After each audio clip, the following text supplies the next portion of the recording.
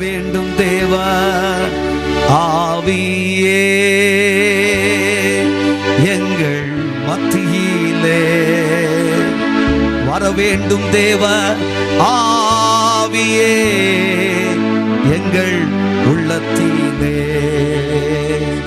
ஆட்கொள்ளும் ஐயா அபிஷேகியும் அனல் மூட்டும் ஐயா அனல் மூட்டும் துயாவியே அன்பினாவியே துணையாளரே தேற்றும் தெய்வமே ஊற்று தண்ணீரே உள்ளம் ஏங்குதையா வர வேண்டும் வல்லவரே நல்லவரே இன்று வர வேண்டும் வல்லவரே நல்லவரே இன்று வர வேண்டும் வல்லவரே நல்லவரே. ஹல்லேலூயா. கிருபையும் மாட்சிமையும் நிறைந்த எங்கள் நல்ல தகப்பனே, உம் சமூகத்தில் ஸ்தோத்திரங்களை செலுத்தி எங்கள் விண்ணப்பங்களை எல்லாம் உம் பாதத்தில் வைத்துக் கொண்டு எங்களை ஆசீர்வதிக்க வேண்டும் என்றும் உம்முடைய பிரசன்னத்தினாலும் தமது மகிமையினாலும் எங்களை நிறைத்தருள வேண்டும் என்றும் பலவந்தம் செய்கிறோம். அப்பனே, தொடர்ந்து நீர் எங்களோடு கூட பேசுவீராக. நம்முடைய வார்த்தைகளுக்காக, வசனத்திற்காக, எங்களோடு சொல்லும் விடுதலை நிறைந்த தமது சத்தியங்களுக்காக உம் சமூகத்திலே காத்து நிற்கிறோம். உம்முடைய மகிமை பிரதாபத்தினால் இவ்விடம் முழுவதையும் நீர் ஆளுகை செய்வீராக. ஆசீர்வதித்தருளும் நல்ல இயேசுவின் இன்பம் நிறைந்த நாமத்தில் பணிந்து உம்மை பலவந்தம் செய்கிறோம் எங்கள் நல்ல பிதாவே. ஆமென், ஆமென், ஆமென். சந்தோஷமான ஒரு கைத்தட்டல் ஆண்டவருக்கு கொடுங்க பார்க்கலாம். இன்றைய தியானத்திற்காக தேவன் நம்முடைய கவனங்களுக்கு கொடுத்திருக்கிற வேத வசனம் வெளிப்படுத்தின விசேஷம் 1ஆம் அதிகாரம் 7ஆம் வாக்கியம் ஒருமுறை நமக்கு வாசிக்க கேட்கலாம்.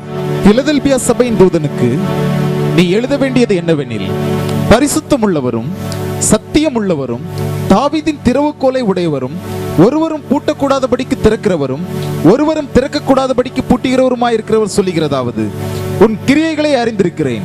உனக்கு கொஞ்சம் பலன் இருந்தும் நீ என் நாமத்தை மறுதலியாமல் என் வசனத்தை கை கொண்டபடியினாலே இதோ திறந்த வாசலை உனக்கு முன்பாக வைத்திருக்கிறேன், அதை ஒருவனும் பூட்ட மாட்டான். இதோ திறந்த வாசலை உனக்கு முன்பாக வைத்திருக்கிறேன். கரங்களை தட்டி ஆண்டவரை மகிமைப்படுத்துங்க பார்க்கலாம். இந்த வேத வாக்கியம் நீங்கள் பலமுறை வாசித்திருக்கிறீர்கள், தியானம் செய்திருக்கிறீர்கள். ஏராளமான பரிசுத்தவான்கள் சொல்லும் செய்திகளை நீங்கள் கேட்டிருக்கலாம். ஆயினும் தேவனுடைய ஆவியானவர் கொடுத்த சில வேத வாக்குறுதிகளை நான் உங்களோடு பேச வேண்டும் என்று விரும்புகிறேன். இன்றைய செய்தியினுடைய சாரம் திறக்கிற தெய்வம். கைகளை தட்டி ஆண்டவரை மகிமைப்படுத்துங்க. கர்த்தரை நம்பி வந்திருக்கிற தம்முடைய பிள்ளைகளாகிய நம்மை பார்த்து நம்முடைய ஆண்டவர் சொல்லுகிறார், உன் வாழ்விலே அடைப்பட்டிருக்கிற ஆசீர்வாத பாதைகளை நான் உனக்காக திறப்பேன். நீ நன்மைகளை சந்திக்க வேண்டிய வாய்க்கால்கள் ஏராளம் அடைக்கப்பட்டிருக்கிறது, அதை நான் உன் வாழ்விலே திறந்து தருவேன். நீ கட்டிய வீடு உன்னால் வாழ இயலாமல் அடைபட்டு கிடக்கிறது, அக்கதவு உனக்காக திறக்கப்படும். நன்மையும் மேன்மையும் நிறைந்த ஆசீர்வாதங்கள் பெருகிய பல சூழ்நிலைகளும் உன் வாழ்விலே அடைபட்டுத்தான் கிடக்கிறது. சுகமாய் வாழ வேண்டிய, சுபிட்சமாய் வாழ வேண்டிய சந்தோஷமான பாதைகள் சகலமும் அடைபட்டு கிடக்கிறது. என்னால் என் வாழ்விலே எப்படி அடுத்த நாளை சந்திப்பது என்ற தயக்கம் எனக்கு இருக்கிறது. நான் என்ன செய்ய, ஏது செய்ய என்பது எனக்கு தெரியாது. எனக்கு உதவி செய்வாரும் எவரும் இல்லை. நான் விண்ணப்பம் செய்தாலும் எனக்கு பதில் இல்லை. தேவனுடைய சமூகத்திலே காத்திருந்து பார்க்கிறேன், எனக்கு உத்தரவு வந்த பாடில்லை. பல்வேறு நிலைகளிலே பலரை சந்தித்து நான் பிரார்த்தனை செய்து பார்க்கிறேன், என் வாழ்விலே அதிசயம் நடந்த பாடில்லை. நான் முன்னே போவேனானால் எனக்கு முன்னே பாதைகள் அடைபட்டு கிடக்கிறது. அக்கம் பக்கம் திரும்புவேன் ஏனென்றால் என் சூழ்நிலைகள் சகலமும் சாதகம் என்று எனக்கு கடைபட்டுத்தான் இருக்கிறது. என் வாழ்விலே நான் சந்தோஷமான காலத்தை இதுவரும் கண்டதில்லை. எதிர்பார்க்கிறேன் நல்ல வேலைகளும் நல்ல நன்மைகளும் ஆசீர்வாத சந்தோஷங்களும் எனக்கு வந்து சேரும் என்று நான் எதிர்பார்க்கிறேன். அருகாமையில் வந்து சேர்வது போல் இருக்கிறது, ஆனால் என்னண்டை வருவதில்லை.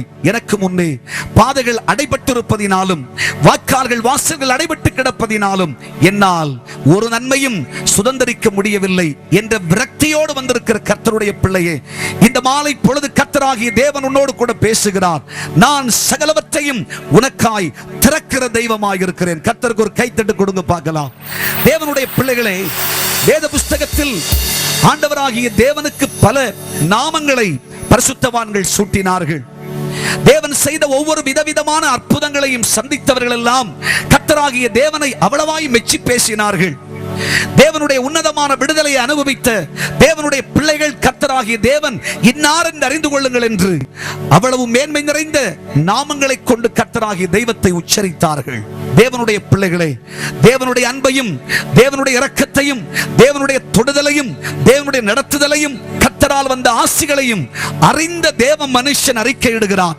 நம்முடைய கர்த்தர் சாதாரணமானவர் அல்ல, அவர் சகலவற்றையும் நமக்காய் திறக்கிற தெய்வம். அது ஒருவேளை மனுஷனால் பூட்டப்பட்டிருக்கலாம், பொல்லாங்கனாகிய சாத்தானினாலே பூட்டப்பட்டிருக்கலாம், உலக சக்தி சத்துவங்களினால் பூட்டப்பட்டிருக்கலாம். உனக்கு முன்னே நன்மையை காணக்கூடாதபடி எவைகள் அடைக்கப்பட்டிருக்கிறதோ சகலவற்றையும் திறப்பதற்கு அசாதாரணமான தேவனாகிய கர்த்தர் உண்டு.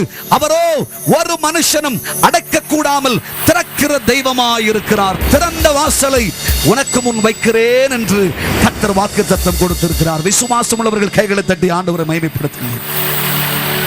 வேத புஸ்தகத்திலே நாம் வாசிக்கும் பொழுது தேவனுடைய பிள்ளைகளை, நம்முடைய கர்த்தராகிய தேவன் நமக்காய் எவைகளை திறப்பார் என்பதை குறித்து பல சம்பவங்களின் மூலமாக வேத புஸ்தகத்தில் நாம் கற்றுக்கொள்ள முடியும். இன்றைக்கும் தேவ சமூகத்தில் நம்பிக்கையோடு வந்திருக்கிற கர்த்தருடைய பிள்ளைகளை, நீ வெறுமையாய் இவ்விடத்திற்கு வரவில்லை. நீ வெறுமே தேவனுடைய வசனத்தை கேட்பதற்கும் காதுகளை திருப்பவும் இல்லை. இன்றைக்கு ஏதோ கர்த்தராகிய தேவன் உன் வாழ்க்கையில் எதிர்பாராத ஒரு அற்புதத்தை செய்ய போகிறார். நீ சிந்தியாத ஒரு அற்புதம் உன் வாழ்க்கையில் நடக்க போகிறது. இதுவரைக்கும் விரக்தியோடு முடிந்தது, என் நாட்களை நானே முடித்துக் கொள்வேன் என்று ஒரு முற்றுப்புள்ளி வைத்தாயே, ஒரு புதிய சகாப்தத்தை உனக்கு உருவாக்குவேன் என்றுதான் கர்த்தராகிய தேவன் நம்மத்தில் பிரசன்னமாயிருக்கிறார். ஆகவே நம்முடைய கர்த்தராகிய தேவன் சொல்லுகிறார், உன்னால் ஆகாது, உன்னுடைய சக்தியாலும் பக்தியாலும் யுக்தியாலும் ஆகாத சகலவற்றையும் என்னுடைய கரத்தினாலே நான் செய்து கொடுப்பேன்.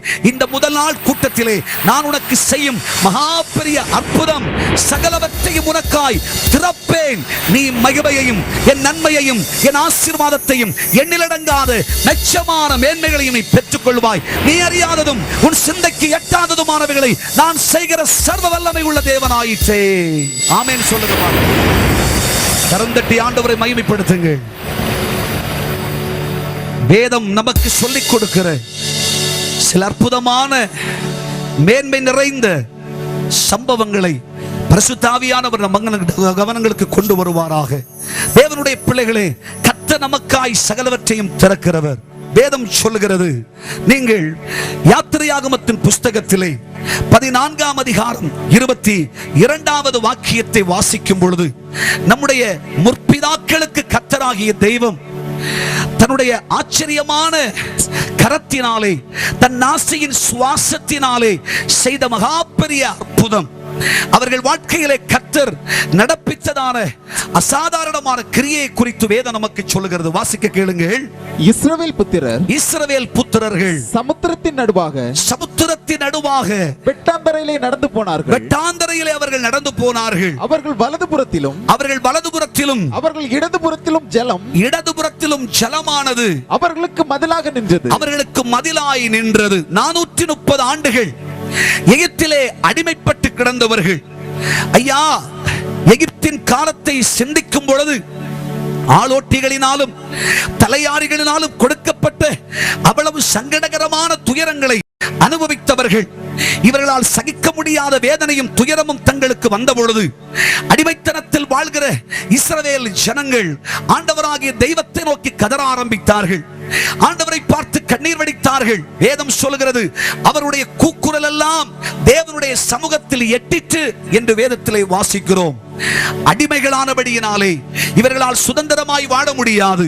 அவர்கள் வயிற்று பசியை தீர்க்க இயலாது. அவர்கள் சுதந்திர சந்தோஷமாய் மனைவி பிள்ளைகளோடு வாழ இயலாது. குடும்பம் பரிவாரம் என்பவைகளை அவர்களால் பெற்றுக்கொள்ளவும் இயலாது.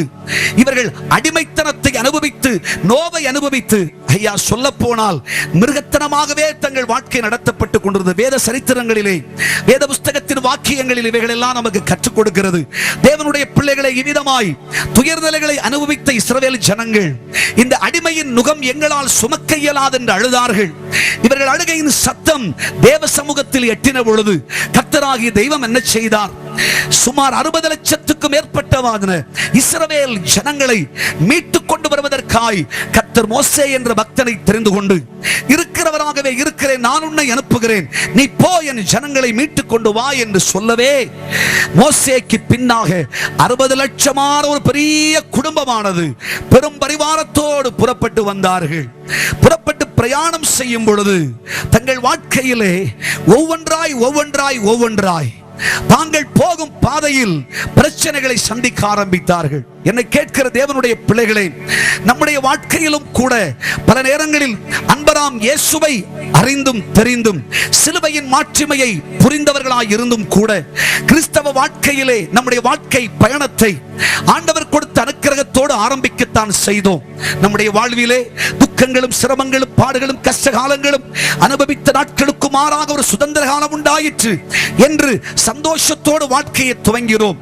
வாழ்க்கையின் ஒவ்வொரு அடிகளும் செல்ல செல்ல செல்ல நாம் அறியாத பிரச்சனைகள், நாம் அறியாத கஷ்டங்கள், நாம் அறியாத துயரங்கள் நம்முடைய வாழ்க்கையில் வந்து சேர்கிறது. நினைக்கவில்லை வியாதியின் அகோரம், நினைக்கவில்லை பண கஷ்டங்கள், நினைத்து பார்க்கவில்லை மனதுயரங்கள், நினைத்து பார்க்கவில்லை குடும்ப பிரச்சனைகள், நினைத்து பார்க்கவே இல்லை சம்பாத்திய நன்மைகள் எல்லாம் நஷ்டப்பட்டு போய்விடுகிறது. வாழ்க்கையிலே நிம்மதியே இல்லை. வாழ்க்கை பயணத்தில் 1 அடி 2 அடி 3 அடி என்று புறப்பட்டு பயணம் செய்யும் பொழுது ஐயா இவ்வளவு பிரச்சனைகளும் எங்களை சுற்றி பற்றி நிற்கவே எங்கள் எதிர்பார்ப்புகள் சகலமும் எங்கள் வாழ்க்கையிலே கிடையான நிலையிலே தவித்துக் கொண்டிருக்கும் பொழுது, வேண்டிக் கொண்டவைகள் விரும்பினதும் எங்கள் வாழ்க்கையில் வரா நிலையில் இருக்கும் பொழுது, எங்கள் பிரயாணத்திலே எங்கள் பாதையை அடைத்து போடும்படி சத்துருவின் சக்திகள் எல்லாம் இயற்கையாகவே எங்களை குறுக்கிட்டது என்று இஸ்ரவேல் ஜனங்கள் தங்கள் பாதைகள் அடைப்பட்டதாக இந்த வேத சரித்திரத்திலே நமக்கு சொல்லித் தந்திருக்கிறார்கள். தேவனுடைய பிள்ளைகளே, எகிப்திலிருந்து புறப்பட்ட இவர்கள் பயணத்தை தடை செய்வதற்காக இவர்கள் பாதையை செங்கடல் மூடிக்கொண்டது. இவர்கள் செங்கடல் மட்டும் வந்தார்கள், சிவந்த சமுத்திரம் மட்டும் வந்தார்கள். சிவந்த சமுத்திரத்தில் வந்த பொழுது பாதை அடைபட்டு கிடக்கிறது. தங்களால் இன்னொரு அடி முன்னே செல்ல இயலாது. ஒரு பெரிய பரிவாரம் தங்களை சுற்றி இருக்கிறது. ஐயா 60 லட்சத்துக்கும் மேற்பட்ட ஜனங்கள் அல்லவோ குவிந்து கிடக்கிறார்கள். சிவந்த சமுத்திரத்தண்டை வந்தவுடனே இனிமேல் முன்னே செல்லவும் இயலாது, பின்னே போகலாம் என்றால் பார்வோனும் அவனுடைய சேனையும் எகிப்தியனுடைய பொல்லாத சக்திகள் படையெடுத்து பின்னாக துரத்தி கொண்டு வந்து கொண்டிருக்கிறார்கள். எத்தனையோ ஆண்டுகளுக்கு பிற்பாடு, சுமார் 4 தலைமுறைகளுக்கு பிற்பாடு தான் ஐயா இவ்வளவு ஒரு பெரிய விடுதலையை பெற்று விடுதலை பயணம் செய்து கொண்டிருக்கிறோம். எங்கள் பிரயாணத்திலே, எங்கள் நடையிலே, எங்கள் வாழ்க்கை பயணத்திலே சிவந்த சமுத்திரம் எங்களை சந்தித்தது. பாதை அடைபட்டு கிடக்கிறது. முன்னேயும் செல்ல முடியாது, பின்னேயும் வர இயலாது. 2 பக்கங்களும் மலை சிகரங்களினால் சூழ்ந்திருக்கிறது. பாதைகள் எல்லாம் அடைக்கப்பட்டு கிடக்கிறது. என்ன செய்வதென்று தெரியாது. லட்சமான ஜனங்கள் நடத்தி வந்த மோசேயை பார்த்து கூக்குரலிட ஆரம்பித்தார்கள், ஏங்க ஆரம்பித்தார்கள், அழ ஆரம்பித்தார்கள், புலம்ப ஆரம்பித்தார்கள், முறுமுறுக்க ஆரம்பித்தார்கள். மோசே, எகிப்திலே கூட கிரயமின்றி சாப்பிட்டதும் கிரயத்தினால் சாப்பிட்டதுமான அந்நிய சாப்பாட்டினால் செத்து மடிந்திருப்போமே, நீ ஏன் எங்களை அழைத்துக் கொண்டு வந்தாய்?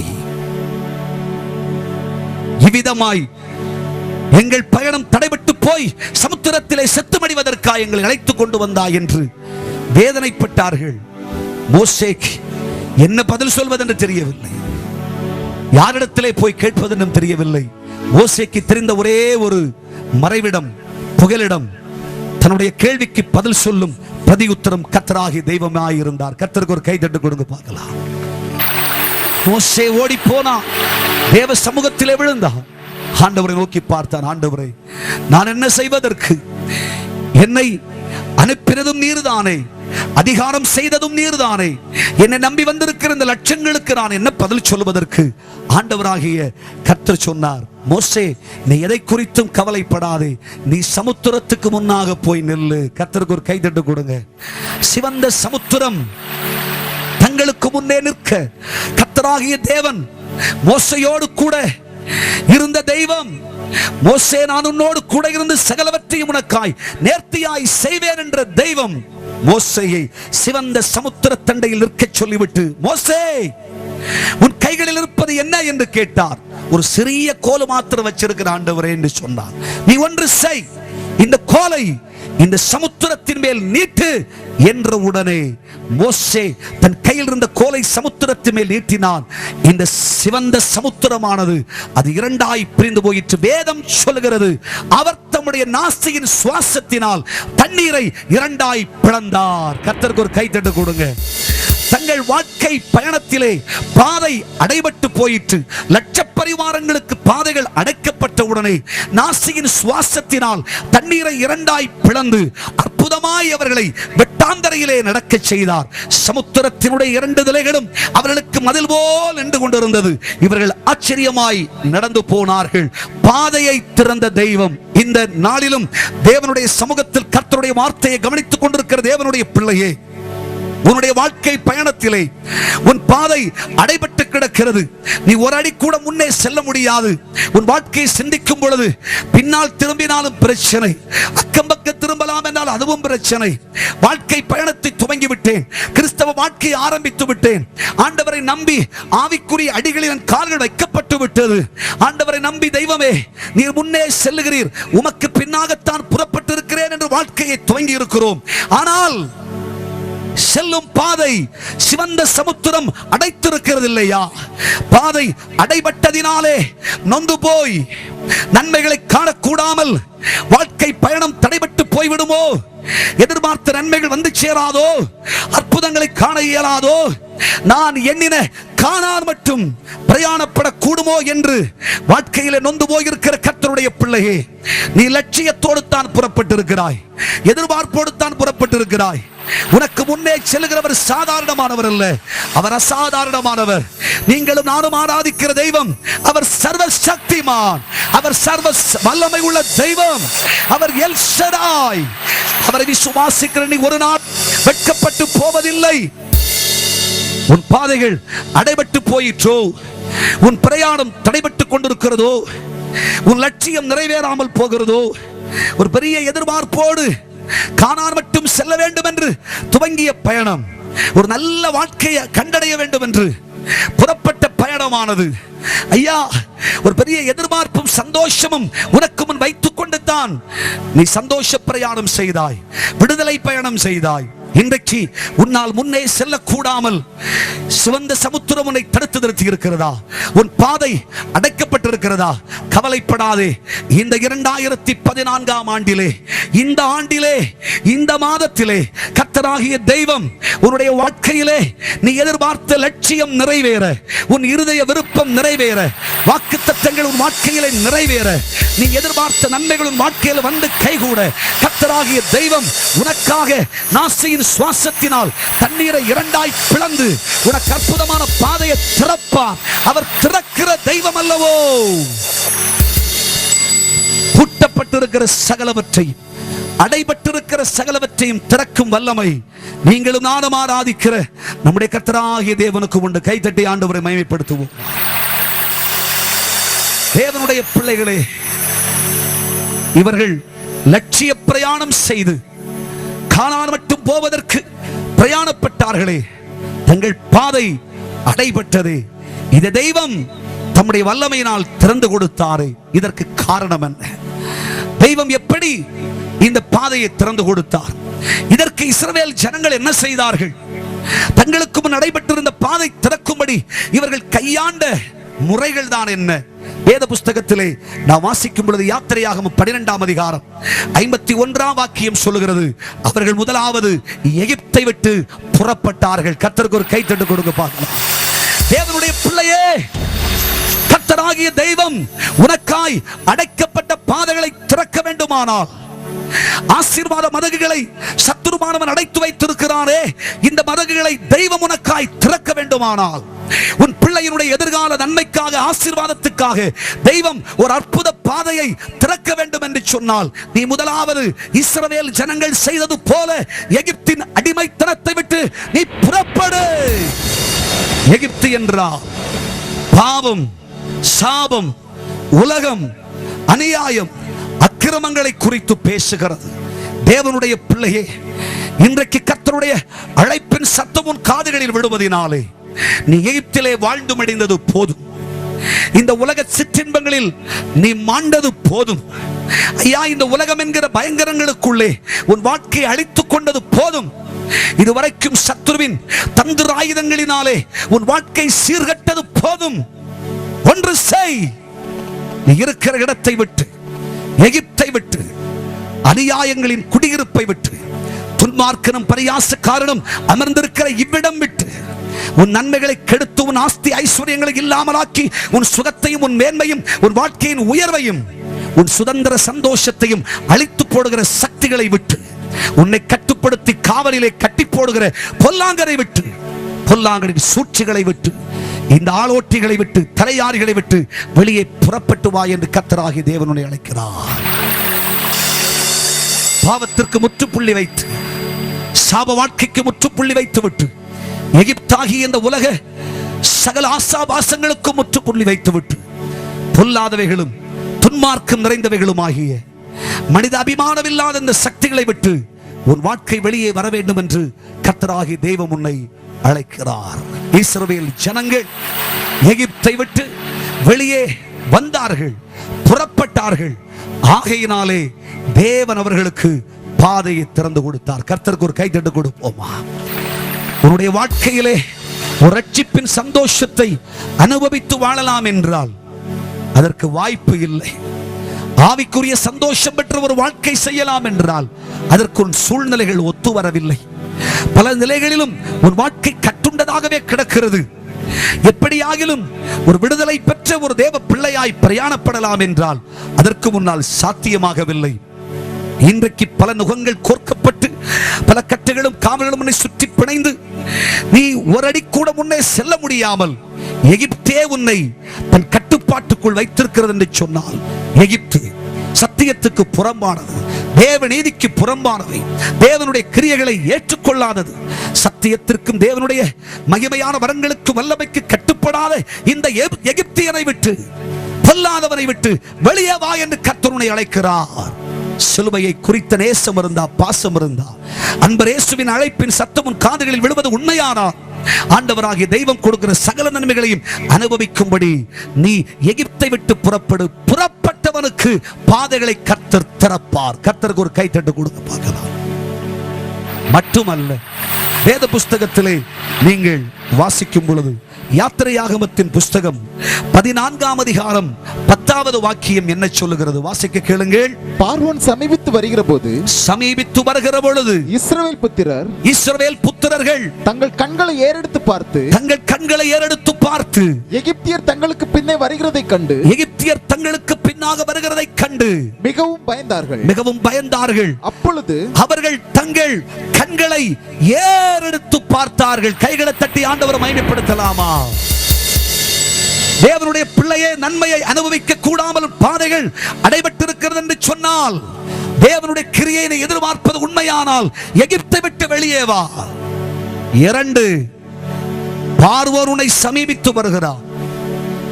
பின்னால் உன்னால் திரும்ப முடியாத உண்மைதான். முன்னாலே உன் பாதைகள் அடைக்கப்பட்டு கிடக்கிறது. 2 பக்கங்களும் உன்னால் செல்ல முடியாது. ஒன்று செய்.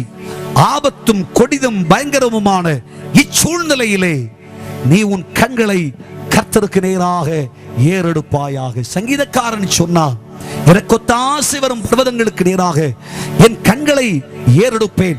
வானத்தை பூமியும் உண்டாக்கின கர்த்தரிடத்திலிருந்து எனக்கு ஒத்தாசை வரும். கைகளை தட்டி ஆண்டவரை மகிமைப்படுத்துவீர்களா? எனக்கு ஒத்தாசை வரும். கர்த்தருக்கு நேராய் என் கண்களை நான் ஏறெடுப்பேன்.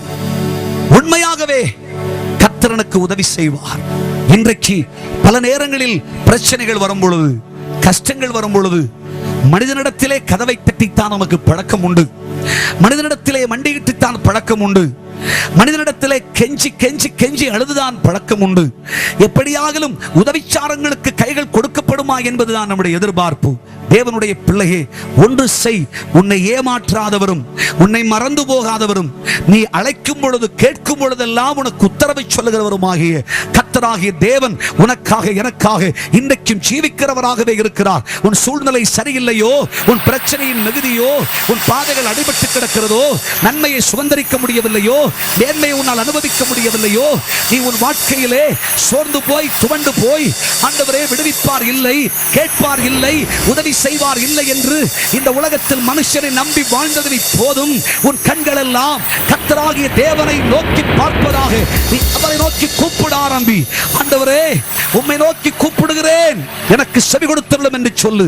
என் கண்கள் ஆண்டவரே, ஒரு வேலைக்காரன் எஜமானுடைய முகத்தை நோக்கி இருப்பது போல என்னுடைய கண்கள் எல்லாம் உம்மையே நோக்கி பார்க்கிறது என்று சொல்லு. அவர்கள் அவரை நோக்கி பார்த்து பிரகாசம் அடைந்தார்கள். அவர்கள் முகங்கள் வெட்கப்படவில்லை. விசுவாசம் இருந்தா கைத்தட்டி ஆண்டவரை மகிமைப்படுத்து. கர்த்தரை நோக்கி அபயமிட்டார்கள். ஆண்டவரை நோக்கி பார்த்தார்கள். தேவனுடைய சமூகத்திலே ஆண்டவரை நீர்தான் உதவி செய்ய வேண்டும் என்று கர்த்தரை நோக்கி அழ ஆரம்பித்தார்கள். தேவனுடைய பிள்ளையே, மனுஷனிடத்திலே நீ நன்மைக்காக நின்றது போதும். அற்புதங்களுக்காக, விடுதலைக்காக, வாழ்க்கைக்காக, உயர்வுக்காக என்றெல்லாம் மனிதனிடத்திலே நீ மண்டியிட்டது போதும். தேவ பிள்ளையே, நீ தேவ சமூகத்துக்கு முன்பாக, கர்த்தருக்கு முன்பாக, தேவனுடைய பாதத்தண்டையிலே நின்று கொண்டு ஆண்டவரை நோக்கி பார். உன் கண்கள் எல்லாம் உதவி ஒத்தாசை தருகிற கர்த்தரை நோக்கி பார்க்கட்டும். இஸ்ரவேல் ஜனம் வேறு வழி தெரியாது தேவனுடைய பிள்ளைகளை தங்கள் முகத்தை கர்த்தருக்கு நேராக திருப்பினார்கள்.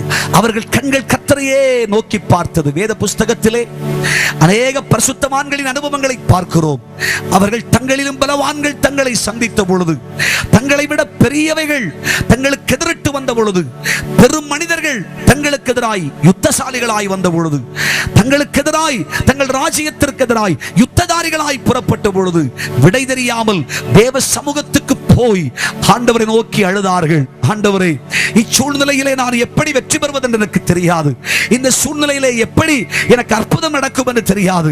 எங்கே அதிசயம் நடக்கும் என்று தெரியாது. மனுஷனிடத்தில் போவேனானால் ஆண்டவரே அது சாத்தியம் அல்ல, நீரே எனக்கு உதவி செய்யும் என்று கர்த்தருடைய முகத்தையே நோக்கி பார்த்தார்கள். தேவனுடைய பிள்ளைகளை நோக்கி பார்த்த அத்தனை பரிசுத்தவான்களும் வேதத்திலே வெற்றி பெற்றிருக்கிறார்கள். கர்த்தருக்கு ஒரு கைத்தட்டு கொடுங்க.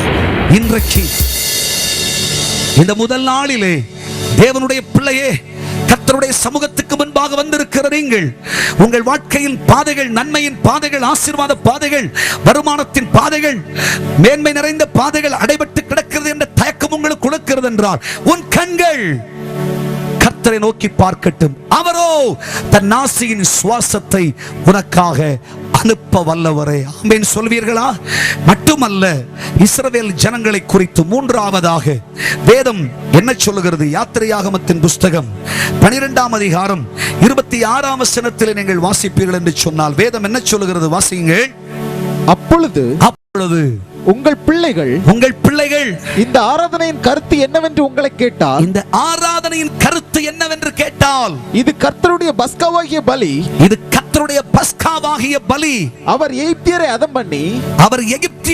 அதம் பண்ணி நம்முடைய வீடுகளை தப்ப பண்ணின போது, நம்முடைய வீடுகளை அவர் தப்ப பண்ணினார் அல்லவோ, நாங்கள் கர்த்தருக்கு செய்த ஆராதனை குறித்து உங்கள் சந்ததிகள் கேட்பார்கள். கைகளை தட்டி ஆண்டவரை மகிமைப்படுத்துங்க பார்க்கலாம். அப்படியானால் தேவனுடைய பிள்ளைகளே, இஸ்ரவேல் ஜனங்கள் தெய்வத்துக்கு செய்த ஆராதனை தான் தேவனுடைய சமூகத்திலே அவ்வளவு பிரியமாய் கர்த்தர் எண்ணினார். ஆமென் சொல்லலாமா?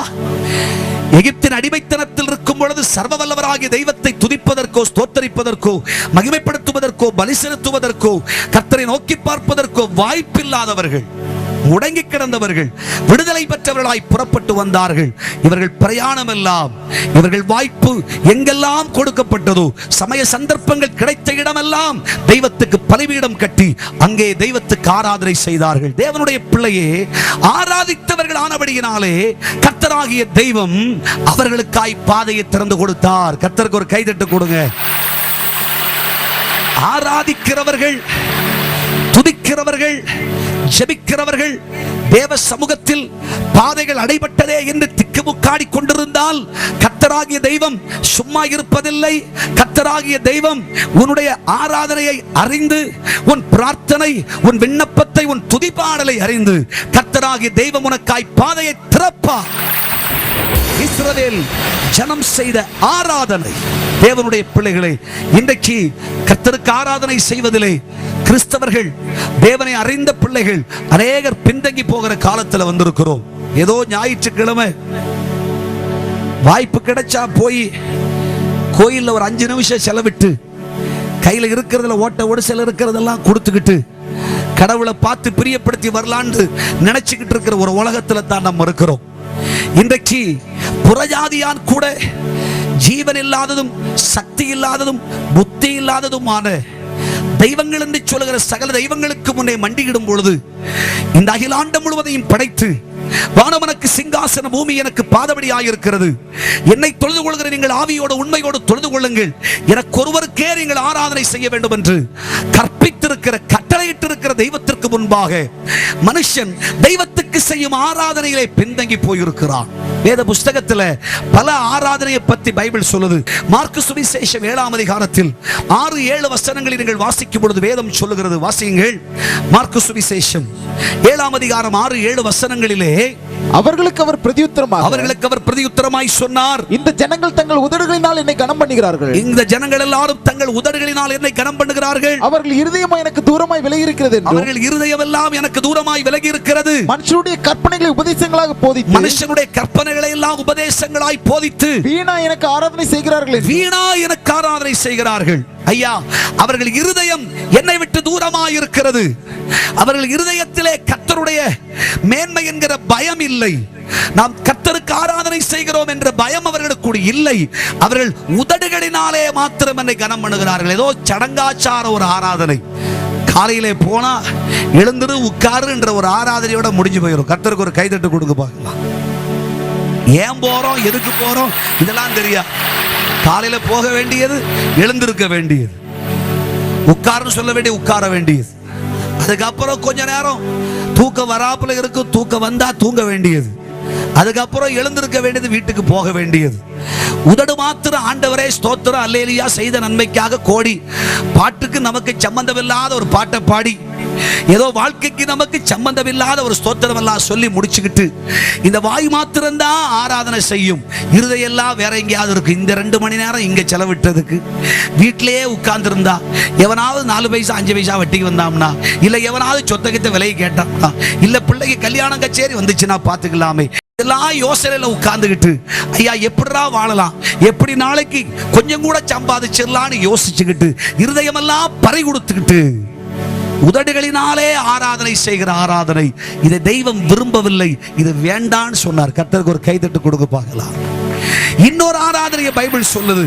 வேதத்திலே வாசிக்கும் பொழுது அப்போஸ்தலர் பணி 17ஆம் அதிகாரத்திலே 23ஆம் வசனத்தில் வாசிக்கும் பொழுது அங்கே வாசிக்க பார்க்கலாம். அப்போஸ்தலர் 17ஆம் அதிகாரம் 23ஆம் வசனம். எப்படி என்றால் நான் சுற்றி திரிந்து உங்கள் ஆராதனைகளை கவனித்து பார்த்தபோது, கிரேக்கர்களாகிய புத்திசாலிகளாகிய உங்களுடைய ஆராதனைகளை சுற்றி திரிந்து பார்த்த பொழுது, அறியப்படாத தேவனுக்கு என்று எழுதியிருக்கிற, தெய்வத்தால் தொடப்பட்டவனும் தேவனுடைய வல்லமை அனுபவித்தவனும் அப்போஸ்தலர் படி 9ஆம் அதிகாரத்தில் எந்த மனுஷனையும் பிரகாசிப்பிக்கிற மெய்யான ஒளியாகிய இயேசு கிறிஸ்து என்னை தொட்டு என் இருதயத்தை மாற்றி கிறிஸ்துவின் அன்புக்கும் பாசத்துக்கும் நேசத்துக்கும் பரிவுக்கும் மேன்மைக்கும் என்னை கட்டுப்படுத்தி வச்சிருக்கிறாரே. நான் சொல்லுகிறதாவது, உங்களை சுற்றி பார்த்த பொழுது அறியப்படாத தெய்வத்துக்கு என்று நீங்கள் ஒரு ஆராதனை செய்து கொண்டிருக்கிறீர்கள். யார் கடவுள்னே தெரியாது. கர்த்தருக்கு ஒரு கைதட்டு கொடுங்க பார்க்கலாம். ஆமா, எல்லா கடவுளும் ஒண்ணுதான். அல்லேலூயா சொல்லுங்க பார்க்கலாம். கையை தூக்கி சத்தமா சொல்லுங்க.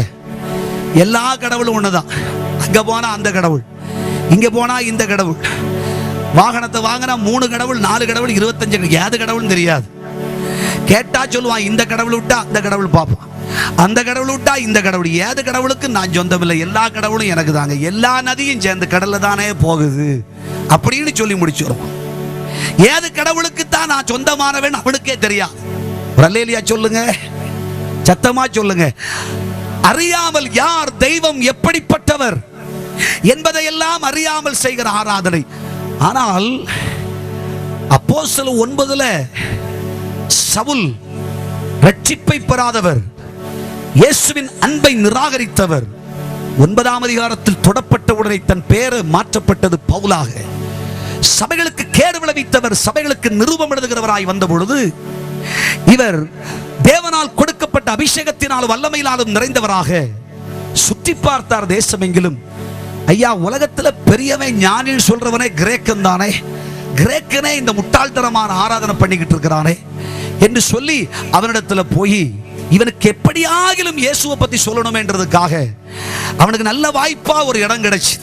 அறியப்படாத கடவுள் என்று ஒரு பணிபீடம் எழுதப்பட்டிருப்பதை பார்த்த உடனே பவுல் பார்த்தான். நூதனமாய் சுவிசேஷத்தை சொல்வதற்காக மார்ஸ் மேடையிலே நின்று கொண்டு, கிரேக்கர்களின் மேடையிலே நின்று கொண்டு, புறஜாதிகளின் மேடையில் நின்று கொண்டு, கிரேக்கர்களே, ஞானிகளே, புத்திசாலிகளே, திறமைசாலிகளே, இதுவரைக்கும் நீங்கள் அறியப்படாத கடவுள் என்று ஒரு ஆராதனை செய்தீர்களே, அந்த அறியப்படாத கடவுள் யார் என்று நான் உங்களுக்கு சொல்லுகிறேன் என்று சொல்லி, அறியப்படாத கடவுள் என்று நீங்கள் இதுவரையும் தெரியாமல் ஆராதித்தவர் கர்த்தராகிய இயேசு கிறிஸ்து தான் என்று சொல்லி கர்த்தராகிய இயேசு கிறிஸ்துவை குறித்து அங்கே சத்தியத்தை விளம்பினார். தேவனுடைய பிள்ளைகளே, இன்றைக்கும் கர்த்தராகிய கிறிஸ்து, ஆண்டவராகிய தெய்வம், ஐயா, எந்த தெய்வத்துக்கு ஆராதனை செய்கிறோம் என்பதெல்லாம் அறியாமல் ஆராதிக்கிற பலர் உண்டு. இது மட்டோடு முடிஞ்சு போகல. இன்னொரு ஆராதனை பத்தி கூட சொல்லுது. இதே அப்போஸ்தலனாகிய பவுல் கொலோசியருக்கு நிருபம் எழுதினார். எழுதும் பொழுது இன்னொரு வார்த்தையை சொன்னார். கொலோசியருக்கு நிருபம் 2ஆம் அதிகாரத்துக்கு வாருங்கள். 18-19 வசனம் படிக்க பாஸ்டர். பைபிள் என்ன சொல்லுது? கணுக்களாலும் கட்டுகளாலும் உதவி பற்றி இணைக்கப்பட்டு தேவ வளர்ச்சியாய் வளர்ந்தேறுகிற சரீரம் முழுவதையும் ஆதரிக்கிற தலையை பற்றிக் கொள்ளாமல் மாயமான தாழ்மையிலும் தேவதூதர்களுக்கு செய்யும் ஆராதனையிலும் நல்லா கவனிங்க. தேவதூதர்களுக்கு செய்யும் ஆராதனையிலும் விருப்பமுற்று காணாதவைகளிலே துணிவாய் நுழைந்து தன் மாம்ச சிந்தையினாலே வீணாய் இருமாப்பு கொண்டிருக்கிற எவனும். கர்த்தருக்கு ஒரு கைதட்டு கொடுங்க. ஒரு ஆராதனை சொன்னாரு, தேவதூதர்களுக்கும் புண்ணியர்களுக்கும் செய்கிற ஆராதனை. இப்ப மட்டும் இல்ல, அப்பவே இருந்திருக்கு. நல்ல கைதட்டு ஆண்டவருக்கு கொடுங்களா. செய்தி முடிஞ்ச உடனே கேட்ப, நான் எத்தனை ஆராதனை சொன்னேன். ஹல்லேலூயா. தேவ பிள்ளைகளே, அற்புதமா ஆராதனை செய்கிறோம் என்று பெயர் பெற்ற தம்முடைய பிள்ளைகளாகிய நம்முடைய வாழ்விலே பல நேரங்களில் இருதயம் தூரமாகி உதடுகளினால் மட்டும் தெய்வத்துக்கு ஆராதனை செய்கிறோம். பல நேரங்களில் அறியப்படாத தெய்வம், எந்த தெய்வம் என்று தெரியாமே நம்ம ஆராதனை நடந்து கொண்டிருக்கிறது. இன்னொரு ஆராதனையை பற்றி அழகா சொன்னார். தேவதூதர்களுக்கும் புண்ணியவான்களுக்கும் செய்யும் ஆராதனை. இன்றைக்கும் அநேகர் தங்கள் வாழ்க்கையிலே ஆண்டவராகி கிறிஸ்துவையும் கிறிஸ்துவின் அன்பையும் சத்திய தெய்வத்தையும் குறித்தறியாதவர்களாய் சீஷர்களுக்கு, புண்ணியர்களுக்கு, புண்ணிய திருத்தலங்களிலே போய் செய்யும் ஆராதனைகள், தெய்வத்தை பற்றிய சரியான அறிவு தங்களுக்குள் இல்லாததினாலே புண்ணியவான்களுக்கும் தேவ தூதர்களுக்கும் செய்யும் ஆராதனை. இன்றைக்கு அநேகருடைய வாழ்க்கை நன்மை இழந்து போவதற்கு காரணம் இதுதான். இதிலே துணிவாய் நுழைந்து தங்கள் வாழ்க்கையை சின்னாபின்னமாக்கிக் கொள்கிறார்கள், நன்மையை பெற்றுக்கொள்ள முடியவில்லை. இன்னைக்கு அநேகருடைய வாழ்க்கை சத்தியத்தை தெரியாதபடி கண்மூடித்தனமாய் இருக்கிறது. தெய்வ தேவதர்களுக்கும் புண்ணியவான்களுக்கும் ஆராதனை செய்யக்கூடாதுன்னே அழகா எழுதி வச்சிருக்கிறார். கர்த்தருக்கு ஒரு கைத்தட்டு கொடுக்கலாமா? அப்படியானால் என்னதான் ஆராதனை செய்யணும்? அப்போஸ்தலனாகிய பவுலே ரோமாபுரியாருக்கு எழுதி வச்சிட்டார். என்ன சொன்னார் தெரியுமா? ரோமருக்கு நிருபம் 12ஆம் அதிகாரம் 1ஆம் வசனத்துல படிங்க, எப்படி ஆராதனை செய்யணும்னு சொல்லி இருக்கிறார். வாசிக்க பார்க்கலாம். அப்படி அப்படி இருக்க சகோதரரே, நீங்கள் உங்கள் சரீரங்களை பரிசுத்தமும் தேவனுக்கு பிரியமான ஜீவபலியாக ஒப்புக் கொடுக்க வேண்டும் என்று தேவனுடைய இரக்கங்களை முன்னிட்டு நான் உங்களுக்கு வேண்டிக் கொள்கிறேன். இதுவே நீங்கள் செய்யத்தக்க புத்தி உள்ள ஆராதனை. நீங்கள் கர்த்தருக்கு செய்யக்கூடிய புத்தி உள்ள ஆராதனை. அப்படி என்றால் உங்கள் சரீரங்களை, உங்கள் ஆத்துமாவை, உங்கள் ஆவியை ஜீவபலியாய் ஒப்புக் கொடுக்க வேண்டும் என்று விரும்புகிறேன். கர்த்தருக்கு ஒரு கைதட்டு கொடுங்க. ஜீவபலின்னு சொன்னா பலிப்பொருள் பலிபீடத்தில் போகும் பொழுது தேவனுடைய பிள்ளையே, பழைய ஏற்பாட்டு காலத்தில் பலிபீடத்தில் பலி செலுத்த போனா ஆசாரியம் பலிபொருளை கொண்டு வந்து, பலிப்பொருள் எதுவாயிருந்தாலும் சரி, ஒரு புறா குஞ்சாய் இருக்கலாம், ஒரு இளம் கன்றாய் இருக்கலாம், எதுவாயிருந்த ஆட்டுக்கடாவாய் இருக்கலாம், என்ன செய்வார் என்றால் பலிப்பொருளை கொண்டு வந்த உடனே அதை என்ன செய்வான்? அதை கழுத்து அறுத்து முதலாவது கொன்று போடுவான். இதனுடைய அர்த்தம் என்னவென்றால் சுயம் சாகடிக்கப்பட வேண்டும். கர்த்தருக்கு ஒரு கைதட்டு கொடுங்க. உங்களை, உங்கள் ஆத்துமத்தை, உங்கள் வாழ்க்கையை ஜீவபலியாய் ஒப்புக் கொடுக்க வேண்டும் என்று விரும்புகிறேன். சுயமெல்லாம் சாகணும், சிறு குழந்தைய போல மாறணும். இரண்டாவது என்ன செய்வான்னா, இந்த தோலெல்லாம் உரிச்சிருவான்.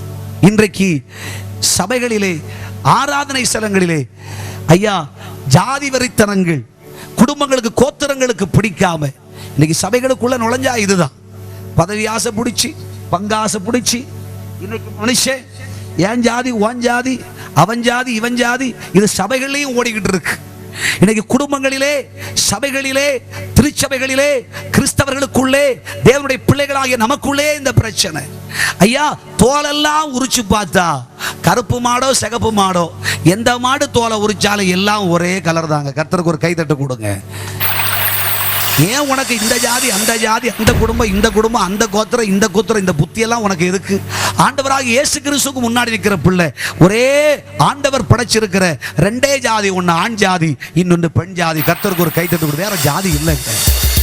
இதுக்கு அப்புறம் ஒரு ஜாதி உண்டு என்று சொன்னால் ஒரு பெந்தேகோஸ்தே ஜாதி தான் இருக்கு. கர்த்தருக்கு ஒரு கைத்தட்டு. கைகளை உயர்த்தி அல்லேலூயா சொல்லு பார்க்கலாம். ஐயா இயேசுவின் பிள்ளைகள், தேவனுடைய பிள்ளைகள் என்பதுதான், தேவனுடைய ஜனம் என்பதுதான், கிறிஸ்துவின் இரத்தத்தினால் மீட்டெடுக்கப்பட்டவள் என்பதுதான். சிலுவையின் அன்புக்கு முன்னே நாம் எல்லாரும் ஒன்றாய் இருக்கிறோம். தோலை உரிச்சிடணும், அதுக்கப்புறம் சந்து சந்தா வெட்டணுமா? சந்து சந்தா வெட்டி துண்டிச்சு இருக்கிற கசடெல்லாம் போக்கி சுத்தமாய் ஜீவபலியாய் உன்னை வைப்பாயாக. அதைத்தான் கர்த்தர் முகந்து கொள்கிறார். கர்த்தருக்கு முன்னே நான் என் ஆவி ஆத்தும சரீரத்தை நான் ஒன்றும் இல்லை ஆண்டவரே என்று சொல்லி வெறுமையாக்கி நம்மை பரிசுத்தம் உள்ளவர்களாய் கர்த்தருக்கு முன் செய்கிற ஆராதனை நமது கர்த்தராகிய தெய்வம் ஏற்றுக்கொள்கிறார். இஸ்ரவேல் ஜனம் தெய்வத்துக்கு செய்த ஆராதனைகளை கர்த்தர் விருப்பமுற்றார். அந்த ஆராதனை கர்த்தர் கவனித்து பார்த்தார். ஆகையினாலே தாங்கள் புறப்பட்டு போன பயணத்திலே பாதை அடைபட்டு கிடந்தது தெய்வம் பார்த்தார். ஐயோ, ஆராதனை செய்கிற ஆராதனை வீரனுக்கு, தேவனுடைய பிள்ளைகளுக்கு, துதிபாடுகிறவனுக்கு பாதை அடைபட்டு இருந்தால் நன்றாயிராதே, நாசியின் சுவாசத்தை அனுப்பி பாதையை திறந்து கொடுத்தார். கர்த்தருக்கு ஒரு கைதட்டு கொடுத்து பார்க்கலாம். பவுலும் சீலாவும் கர்த்தரை துதிக்கிறவர்கள், ஜெபிக்கிறவர்கள், ஆராதனை செய்கிறவர்கள் சிறையிலே கட்டுண்டு கிடந்தார்கள். சிறைச்சாலை கதவு அடைச்சுதான் இருந்துச்சு. துதித்தார்கள், பாடினார்கள், ஆராதனை செய்தார்கள், கர்த்தரை மகிமைப்படுத்தினார்கள், கர்த்தரை புகழ்ந்து பாடினார்கள். தேவனை இருதயமாற பாடி துதிக்க ஆரம்பித்த உடனே அவர்களுக்கு முன்னே அடைபட்டிருந்த வாசல்கள் எல்லாம் திறந்தது, கட்டுகள் எல்லாம் உடைந்தது. அவர்கள் சுதந்திரம் பெற்ற, விடுதலை பெற்ற பெண்மான்களை போல் கர்த்தரை துதித்தார்கள். கைகளை உயர்த்தி அல்லேலூயா சொல்வோமா? தேவனுடைய பிள்ளை, இன்றைக்கு கர்த்தர் விரும்புகிற ஒரு ஆராதனை செய். உன் பாதைகள் நிச்சயமாய் திறக்கத்தான் செய்யும். ஆமென் சொல்வீர்களா? ஐயா, இப்படி சிவந்த சமுத்திரம் அவர்களுக்காய் இரண்டாய் பிளந்தது. அவர்கள் அற்புதமான பாதையிலே நடந்தார்கள். இரண்டாவது திரும்பவும் பிரயாணப்பட்டு போகிறார்கள். தங்களுக்கு முன்னே ஒரு எரிகோ நின்று கொண்டிருக்கிறது. எரிகோவை கடப்பது எப்படி? இதுவும் எங்கள் பாதைக்கு குறுக்காக நிற்கிறதே, எங்கள் பாதை அடைத்து வைத்திருக்கிறதே. எரிகோவை தகர்ப்பதற்கு ஒரே ஒரு தாரக மந்திரம் உண்டு. நீ கர்த்தருடைய உடன்படிக்கை பெட்டியை சுமந்து கொண்டு, வேதத்திலே வாசிக்கும் பொழுது யோசுவாவின் புஸ்தகம் 6ஆம் அதிகாரம் 12ஆம் வாக்கியத்திலிருந்து வாசிப்பீர்கள் என்றால், உடன்படிக்கை பெட்டியை சுமந்து கொண்டு இந்த எரிகோவை சுற்றி வர வேண்டும். 7ஆம் நாளிலே எக்காலங்களையும் பூரிகைகளையும் பிடித்துக் கொண்டு கர்த்தரை துதித்து ஆராதித்து பாடிப்பார். அப்பொழுது அலங்கம் இடிந்து கீழே விழும். எரிகோ உனக்கு முன் தரைமட்டமாகி போகும். எரிகோ உனக்கு முன்னே சுக்குநூறாய் நொறுக்கப்பட்டு பாதைகளை கர்த்தர் உனக்காய் திறந்து தருவார். துதிப்பாயா, ஜெபிப்பாயா, ஆராதனை செய்வாயா, ஆவியோடும் உண்மையோடும் கர்த்தரை தொழுது கொள்வாயா? கர்த்தருடைய சமூகத்திலே ஆவியிலே நிறைந்த ஒரு ஆராதனை, இருதயமாற கர்த்தரை பாடி மகிமைப்படுத்துகிற ஆராதனை, எக்காலங்களையும் பூரிகைகளை பிடித்துக் கொண்டு கர்த்தரை உயர்த்தி மகிழ்கிற வாழ்வு உனக்கு இருக்குமானால் எரிகோவும் தரைமட்டமாகி போகும். கடைசி ஒரு பிரச்சனை, இதுவும் இவர்கள் பாதையை தடை செய்வதுதான். கரை புரண்டு ஓடுகிற யோர்தான், பிரவாகித்து வருகிற யோர்தான். இந்த யோர்தானும் இவர்கள் பாதையைத்தான் அடைத்தது.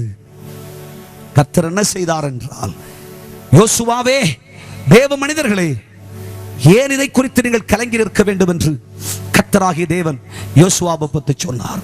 உடன்படிக்கை பெட்டியை சுமந்து செல்லுகிற ஆசாரிகளின் கால்கள் முன்னே போகட்டும், உன் ஜனமெல்லாம் இதற்கு பின்னாக புறப்பட்டு போக கடவர்கள். உடன்படிக்கை பெட்டி என்பது கர்த்தராகிய இயேசு கிறிஸ்துவின் மாட்சிமை குறிக்கிறது, வேத வசனத்தின் சத்தியங்களை குறிக்கிறது, கர்த்தர் கொடுத்திருக்கிற வாக்குத்தத்தங்களை குறித்து பேசுகிறது.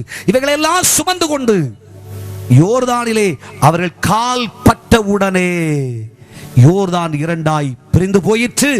அவர்கள் அற்புதமாய் உலர்ந்த தலையிலே நடந்து போனார்கள். கர்த்தருக்கு ஒரு கைதட்டு கொடுங்கப்பா.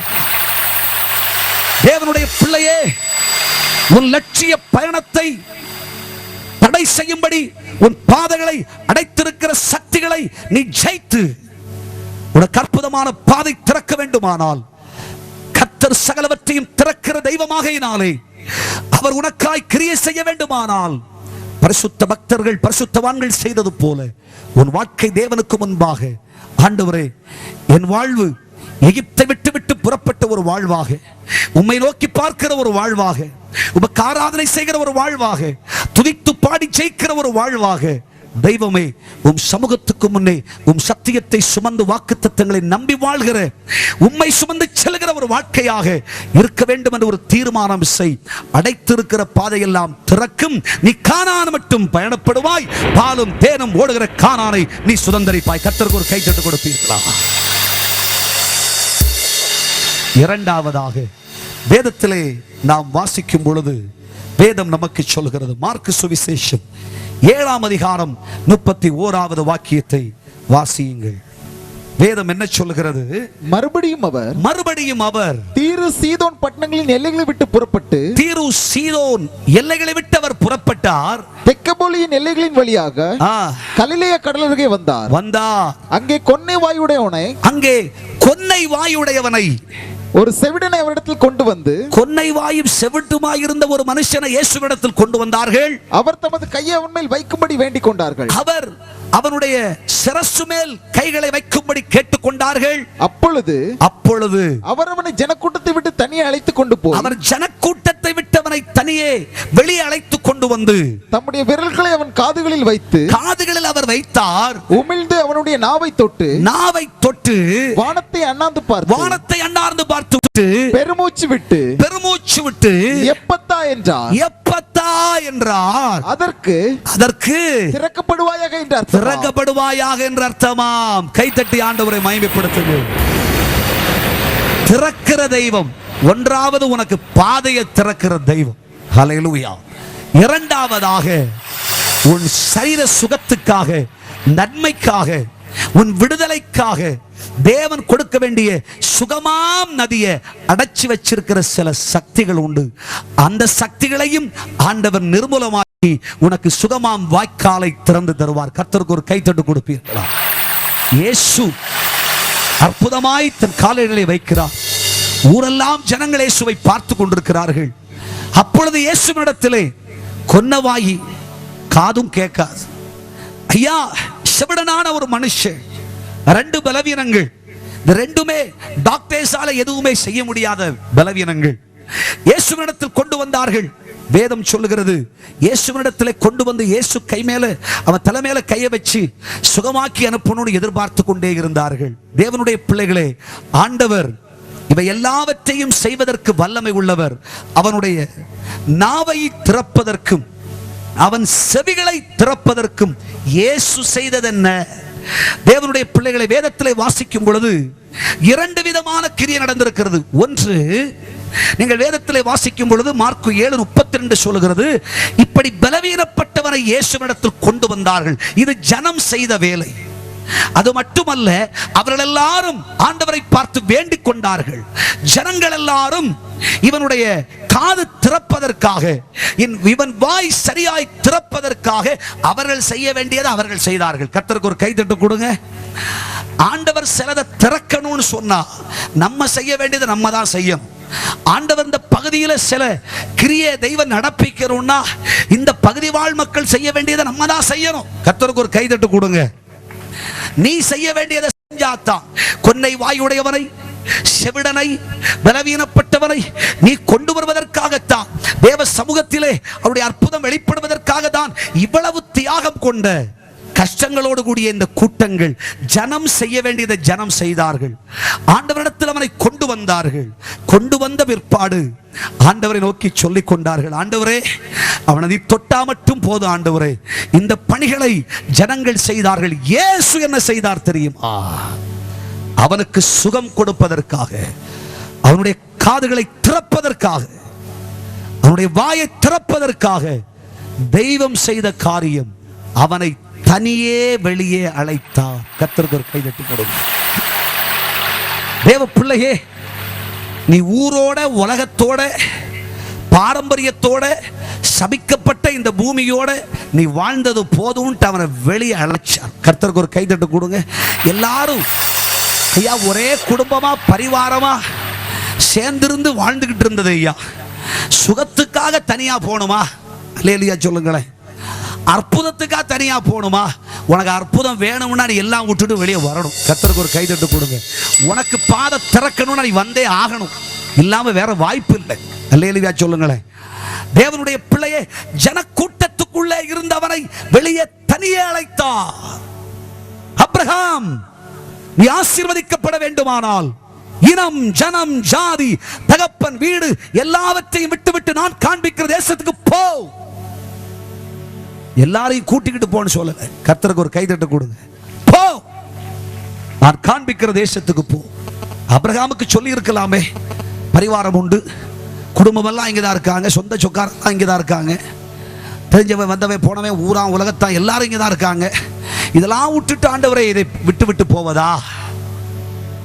ஆண்டவர் அழகா சொல்லி கொடுத்தார். உனக்கு ஆசீர்வாதம் வேணும்னா, உனக்கு அற்புதம் நடக்க வேண்டுமானால், உனக்கு கிரியை நடக்க வேண்டுமானால், இத்தனை வருஷமாச்சு, 75 வயசு வரை குழந்தை செல்வ கூட உனக்கு கிடையாது, வாக்கு தத்தங்கள் நிறைவேறவில்லை, வாழ்விலே நன்மை நடக்கவில்லை என்று அரண்டு புரண்டு கொண்டிருக்கிறாய். அற்புதம் நடக்கணுமா? வா வெளியே. வீட்டுக்குள் பதுங்கி கிடந்த ஆபிரகாமை தெய்வம் வெளியே அழைத்தார். அவன் வெளியே வந்தான். வெளியே வந்தவனை பார்த்துதான் சொன்னார், வானத்தை அண்ணாந்து பாரு, வானத்து நட்சத்திரங்களை என்ன கூடுமா, கடல் மணலை பாரு என்ன கூடுமா, இவ்வளவா உன்னை ஆசீர்வதிக்க போகிறேன் என்றார். ஆசீர்வதித்தார். அவனை பிரபுவை போல மாற்றினார். இன்றைக்கும் கர்த்தர் உன்னை அழைக்கிறார். தேவனுடைய பிள்ளையே, வருத்தப்பட்டு பாவபாரம் சுமக்கிறவர்களே, சாபத்திலும் அநியாயத்திலும் அக்கிரமத்திலும் வியாதியிலும் அடிமைப்பட்டு நொந்து போய் கிடக்கிற தேவனுடைய பிள்ளையே, இளைப்பாறுதல் தரும்படி, சுகம் தரும்படி, விடுதலை தரும்படி, உனக்கு அற்புதம் செய்யும்படி உன்னை அழைக்கிறேன். வா. உலகத்தை நம்பி, உலக சத்துவங்களை நம்பி, பாரம்பரியங்களை நம்பி, நன்மைகளை புறக்கணித்து மேன்மைகளை இல்லாமலாக்கி அவமாக்கி வாழ்ந்த காலம் போதும். கர்த்தர் உன்னை அழைக்கிறார். வெளியே வா. இயேசு அவனை ஜனக்கூட்டத்துக்குள்ளாக இருந்து வெளியே பிரித்தெடுத்தார். தனியே பிரித்தெடுத்தார். அவனை பார்த்த உடனேயே தெரியும், இயேசு பிரித்தெடுத்த மகன். கர்த்தருக்கு ஒரு கைதட்டு கொடுங்க. ஐயா, உலகத்தாரை விட வித்தியாசமான ஒரு தோற்றம் அவனுக்கு உண்டாயிற்று. ஆண்டவர் அவனை வெளியே அழைத்தார். அழைப்பின் சத்தத்தை அவன் கேட்டான். ஆம் ஆண்டவரே என்று சொன்னான். இயேசு அழைத்த மாத்திரத்திலே வரமாட்டேன் என்று சொல்லவில்லை. வேதத்தில் யார் யாரை தேவன் அழைத்திருக்கிறாரோ அவர்கள் எல்லாம் புறப்பட்டவர்கள். ஆண்டவருக்காக கர்த்தரை நம்பி தேவனுடைய விசுவாசத்தை ஏற்றுக்கொண்டு, வசனத்தை ஏற்றுக்கொண்டு புறப்பட்டார்களோ அத்தனை பேரும் ஆசீர்வதிக்கப்பட்டிருக்கிறார்கள். கர்த்தருக்கு ஒரு கை தட்டு கொடுங்க. ஆண்டவர் சொன்னார், வெளியே வா. லூக்கா 19ஆம் அதிகாரத்தில் ஆயக்காரனுக்கு தலைவனான ஒரு மனுஷன் இருக்கிறான். பார்த்தீங்களா? இந்த மனுஷன் காட்டத்தி மரத்தில் ஏறி தன்னை மறைச்சுக்கிட்டு உட்கார்ந்து இருந்தான். இயேசு சொன்னார், இறங்கி வா என்றார். அழைப்பின் சத்தம் கேட்ட உடனே இறங்கினான். அவன் வீட்டின் கதவை திறந்து கொடுத்தான். அவன் வீட்டுக்கு ரட்சிப்பு வந்தது. தேவனுடைய பிள்ளைகளே, எல்லாவற்றையும் விட்டுவிட்டு எனக்கு பின்வாருங்கள் என்று சொன்னார். வந்தார்கள். அவர் சொன்னார், நீங்கள் இனிமேல் மீன்களை பிடிக்கிறவர்கள் அல்ல, மனுஷரை பிடிக்கிறவராக்குவேன் என்று சொன்னார். ஆமென் சொல்லுங்க பார்க்கலாம். இப்படி அவருடைய அழைப்பின் சத்தத்தை கேட்டார் யாருண்டோ அத்தனை பேருக்கும் சுகம் உண்டாகும். அடைக்கப்பட்டவர்கள் திறக்கும் உனக்காய். இவனை வெளியே அழைத்தவுடனே வெளியே வந்தான். வேதம் சொல்கிறது இயேசு அவனை தொட்டார். அவர் தொட்டதுதான். கர்த்தருக்கு ஒரு கை தட்டு கொடுங்க பார்க்கலாம். அவர் தொட்டார். ஐயா, இது தேவனுடைய வல்லமை, தேவனுடைய கரத்தின் கிரியை குறித்து பேசுகிறது. அவருடைய விரல் அந்த மனுஷரை தொட்டது, உமிழ்ந்தார். இது அவருடைய வார்த்தை, வசனத்தை குறித்து பேசுகிறது. அவர் உமிழ்ந்தவராக வானத்தை அண்ணார்ந்து பார்த்து ஒரே ஒரு வார்த்தை சொன்னார், எப்பத்தா என்ற உடனே கொன்னை வாயனுடைய வாய் திறந்தது, காதுகள் திறந்தது. அவன் மகிழ்ச்சியோடு பேச ஆரம்பித்தான். கைகளை தட்டி ஆண்டவரை மகிமைப்படுத்துவீர்களா? இன்றைக்கும் வியாதி பலவீனங்களினாலே கண்கள் அடைபட்டதா? உன் நாவுகளும் அடைபட்டு கிடக்கிறதா? காதுகள் அடைப்பட்டதா? கர்ப்பத்தின் நன்மையின்றி கர்ப்பம் அடைபட்டு கிடக்கிறதா? ஐயா, ஆசீர்வாத வாய்க்கால் அடைபட்டதா? மேன்மையின் பகுதி பாதைகள் எல்லாம் அடைபட்டு கிடக்கிறதோ? மேன்மையான நன்மையான ஊற்றுக்கண்கள் எல்லாம் அடைபட்டு கிடக்கிறதா?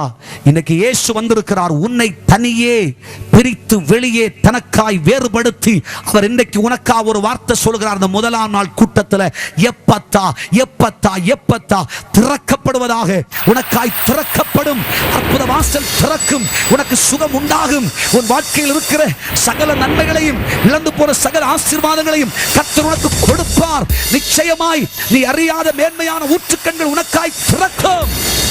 நம்பிக்கையற்று போன உன் வாழ்க்கையில் நம்பிக்கை பிறக்கும். இந்த முதல் நாளாம் கூட்டத்திலே ஆண்டவராகிய கர்த்தர் உன்னோடு கூட பேசுகிறார். நீ சற்று வெளியே புறப்பட்டு வா, நீ தனியே வா. உன்னை அழைக்கிறேன் உன் சுகத்துக்காக. உன்னுடைய கண்களை திறக்கும்படி, உன் நாவை திறக்கும்படி, உன் காதுகளை திறக்கும்படி, உன் இருதயத்தை திறக்கும்படி. அடைத்து போயிருக்கிற ஐயா மாமிச சக்தியாலும் இரத்த அணுக்களினாலும் குறைவும் நிறைவும் என்று சொல்லி ஐயா குறைவும் இருந்தது, அதிகமும் இருந்தது. ஐயா உன் நரம்புகள் அடைத்து போய், எலும்புகள் அடைத்து போய், உன் சரீரத்தினுடைய மேன்மையெல்லாம் அற்று போய் இன்னைக்கு நொந்து போய்கிட்டு இருக்கிற உன்னை பார்த்து ஆண்டவர் சொல்கிறார், எப்பத்தா வாசல் எல்லாம் திறக்கிறது. நம்புவாயா? இன்றைக்கு திறக்கிற தெய்வம் இந்த மைதானத்திலே வந்து நிற்கிறார். விசுவாசத்தோடு கூட ஆண்டவரே, எனக்காக தான் இதை பேசி இருக்கிறீர். எனக்காய் நீர் வாசல்களை திறக்க போகிறீர், பாதைகளை திறக்க போகிறீர். என் சரீரத்திலே ஐயா ஜீவனும் மேன்மையும் பெற்று சுகமாய் வாழ வேண்டிய என் சரீரத்திலே அடைப்பட்டிருக்கிற பகுதிகளை எல்லாம் தெய்வம் எனக்காய் திறக்கிறீர். ஐயா என் நாசியின் சுவாசம், ஐயா என் வாழ்வின் சுகம், இதெல்லாம் இன்றைக்கு பொல்லாங்கனால் அடைப்பட்டு என் ஜீவனுக்கு கேடுண்டாகும் நிலையிலே தான் வாழ்ந்து கொண்டிருக்கிறேன். உனக்காய் கர்த்தர் அதிசயம் செய்ய போகிறார். எப்பத்தா என்பது உன் சுகத்துக்காகவே சொல்லப்பட்ட வார்த்தை. விசுவாசிக்கிறீர்களா? எல்லாரும் எழுந்திருக்கலாம். எழுந்து நின்று திறக்கிற தெய்வம் நிச்சயமாய் தேவனுடைய பிள்ளையே, உனக்காக ஆண்டவர் செய்ய போகிற அதிசயமான கிரியைகள் என்னதென்று நீ சாட்சியிட்டு சொல்ல போகிறாய். தேவன் உனக்காய் கிரியை செய்கிற சமயம் வந்து விட்டது. இந்த பகுதியில் எத்தனையோ ஆயிரம் மக்கள் உண்டு. ஆனால் உன்னை இன்றைக்கு ஆண்டவர் இந்த மைதானத்துக்கு கொண்டு வந்தார் என்று சொன்னால், உன் வாழ்க்கையில் ஏதோ சில பகுதிகள் அடைபட்டு கிடக்கிறது. உன் சரீரத்திலே சரீர அவயவங்கள், இரத்த நாளங்கள் அடைபட்டு கிடக்கிறது. அவைகளை கர்த்தர் திறக்க வேண்டும் என்று விரும்பிவிட்டார். உனக்காக தான் இந்த அற்புதங்கள் காத்துக் கொண்டிருக்கிறது. இந்த அற்புதத்தை தேட, இந்த அற்புதத்துக்காக அர்ப்பணம் செய்ய நீ இன்றைக்கு விருப்பமுடைய இருதயமாய் உன்னை அர்ப்பணம் செய்ய தயாரா? உயர்வுக்கும் வாழ்வுக்கும், பதவி உயர்வுக்கும், ஆசீர்வாதத்துக்கும், வேலை வாய்ப்புக்கும், ஐயா கடன் தீர்க்கும்படி களஞ்சியத்திலே நன்மைக்கும் வாய்க்கால்களாய் திறக்க வேண்டிய பாதைகள் எல்லாம் அடைபட்டு கிடக்கிறதோ? திறப்பா! அவர் திறக்கிற தெய்வம். ஒரே ஒரு வார்த்தை சொன்னா போதும். அவர் தன்னுடைய நாசியின் சுவாசத்தை அனுப்பினால் போதும். அவர் தமது வல்லமையின் கரத்தை நீட்டினால் போதும். உனக்காய் சகலமும் திறக்கும். ஒருவனும் பூட்டக்கூடாதபடி திறக்கிற தெய்வம். உனக்காய் திறந்த வாசலை வைத்திருக்கிறார், அதை ஒருவனும் பூட்ட முடியாது. எல்லாரும் கண்களை மூடுவோமா? பயபக்தியோடு நம் இயேசுவை நோக்கி பார்ப்போமா? ஆண்டவரே, இந்த இரவிலே நீர் எனக்காக பேசியிருக்கிறீர் என்று நான் உம்மை விசுவாசிக்கிறேன். என்னுடைய வாழ்க்கையைத்தான் நீர் பேசிக் கொண்டிருக்கிறீர் என்பதை நான் அறிவேன். இது வேறு யாரோ ஒருவருக்காய் சொல்லப்பட்ட செய்தி அல்ல, இது எனக்காக சொல்லப்பட்ட செய்தி. அப்பா, இந்த நாள் உனக்கு மறக்கவும் முடியாத நாள். இது ஒரு அற்புதமான நாள். அநேகருடைய கரங்கள் உயர்த்தப்பட்டிருக்கிறதை பார்க்கிறேன். ஒரு சிறிய ஜெபம் செய்கிறேன். என்னோடு கூட நீங்களும் சேர்ந்து ஆண்டவரை பார்த்து ஜெபியுங்கள். ஆண்டவரே, எனக்காக இந்த அற்புதத்தை செய்யுங்கப்பா. இந்த ஆண்டவரோடு நீங்க கேட்க ஆரம்பிச்சிருங்க. 2 பேர் ஒருமனப்பட்டு எதை வேண்டிக் கொண்டாலும் பரமபிதாவாகி கர்த்தர் செய்வார். அவர் வாக்கு பண்ணி இருக்கிறார். உனக்காய் பாதை திறக்க போகிறது. அநேகர் சொன்னார்கள், இனிமே நீ முயற்சிக்க வேண்டாம், இந்த காரியம் நடக்காது. நீ முயற்சிக்காதே, இந்த சொத்து நீ வாங்க முடியாது. நீ முயற்சிக்காத, இந்த வேலை உனக்கு கிடைக்காது. நீ முயற்சிக்காதே, இனிமேல் வழக்கு தொடராதே. முயற்சிக்காத, உன் குடும்பம் சேர்ந்து வாழாது. முயற்சிக்காதே, உனக்கு சுகம் கிடைக்காது. முயற்சிக்காதே, உனக்கு இந்த பணம் வந்து சேராது. அநேகர் வாசல் அடைக்கப்பட்டது என்று தான் பேசினார்கள். ஆண்டவர் சொல்லுகிறார், இல்லை, உனக்கு நிச்சயமாய் பாதை திறக்கும், வாசல் திறக்கும், அற்புத வாய்க்கால் திறக்கும், ஒரு சரீரத்திலே அற்புதம் நடக்கும். இன்றைக்கு ஆண்டவரை நோக்கி பார்ப்போமா?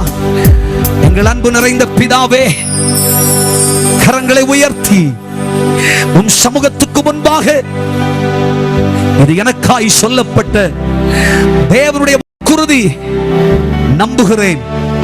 பாதையை திறந்தருளும், வாசல்களை திறந்தருளும், அற்புதமான சுகப்பாதையை திறந்து தாரோம் என்று தேடி நிற்கிற அத்தனை பிள்ளைகளையும் தொட்டருளும் இயேசு சுவாமி. இவர்களுக்கு ஒரு எப்பத்தா அற்புதம் நடப்பதாக. அருமை பிள்ளைகளை ஆசீர்வதியும் ஐயா, ஆசீர்வதியும், ஆசீர்வதியும், ஆசீர்வதியும். கரங்களை கீழே போடுங்கள். இன்று தேவனுடைய வல்லமை இறங்கி வந்திருப்பதை பார்க்கிறேன். தேவனுடைய பிள்ளைகளை கடந்த 8 மாதங்களாக குடும்பத்திலே சமாதானம் இல்லை. ஒரு அற்புதமான வாழ்க்கை என்று தான் எண்ணினேன். ஆனால் அது எனக்கு நரக வாழ்க்கையாய் போய்விட்டது. வேதனைக்கு மேல் வேதனை ஐயா. அற்புதத்தையும் சமாதானத்தை எதிர்பார்த்தேன். ஆனால் இன்றைக்கு என் வாழ்க்கையில துக்கம் மிகுதியாயிற்று பிரதர். சஞ்சலம் பெருகிற்று. திருமணம் முடிந்து கொஞ்ச நாட்கள் தான் ஆகிறது. கர்ப்பத்தின் கனி இல்லை, நன்மை இல்லை என்ற போராட்டம் எனக்கு. என் குடும்பத்தில் நீ வந்ததினால் நன்மைகள், ஆசீர்வாதங்கள் தடைபட்டது என்று என் முகத்துக்கு முகமாய் பேசுகிறார்கள் என்று விரக்தி அடைந்து வேதனைப்படுகிற தேவனுடைய பிள்ளையே, நீ என் ஜனம், நீ என் சம்பத்து. உனக்கு நான் அற்புதங்களை செய்ய போகிறேன். உன் வேதனை நீங்கி நீ ஆசீர்வாதமாய் இருப்பாய். உன் வேண்டுதலுக்கு விண்ணப்பத்திற்கு நிச்சயமாய் இன்றைக்கே உத்தரவுண்டாகிறது. நீ அற்புதம் காண்பாய், நீ அற்புதத்தை காண்பாய். அன்பு சகோதரன் ஜஸ்டின், கர்த்தர் பெயர் எனக்கு சொல்கிறார். நீ தேவனுடைய ஆசீர்வாதத்தை எண்ணித்தானே இங்கு வந்திருக்கிறாய். உன்னை நான் ஆசீர்வதிக்கிற தெய்வம், உன் கண்ணீரை காண்கிற தெய்வம். உனக்காக யாவையும் நான் செய்து முடிப்பேன். அன்பு சகோதரி சகுந்தலா, ஆண்டவர் உன் பெயரை எனக்கு சொல்லுகிறார். மகளே, தேவனுடைய வல்லமையும் தேவனுடைய தொடுதலும் எனக்கு வேண்டும் என்று நீ கண்ணீர் விட்டுக் கொண்டிருக்கிறாய். உனக்கு அற்புதம் செய்வேன், அற்புதம் செய்வேன், உனக்கு அற்புதம் செய்வேன். அன்பு சகோதரி மேரி, தேவனுடைய அற்புதம் எனக்கு நடக்குமா?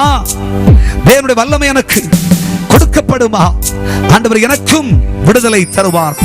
ஆம், கடந்த 3 மாதங்களாய் போராட்டத்துக்கு மேல் போராட்டம், சிரமங்களுக்கு மேல் சிரமங்கள் என்று கண்ணீர் வடிக்கிற உனக்கு சொல்கிறேன், நான் அற்புதம் செய்கிற தெய்வம், உனக்காய் அற்புதங்களை செய்கிற தெய்வம். நான் உன்னை ஆசீர்வதிப்பேன்.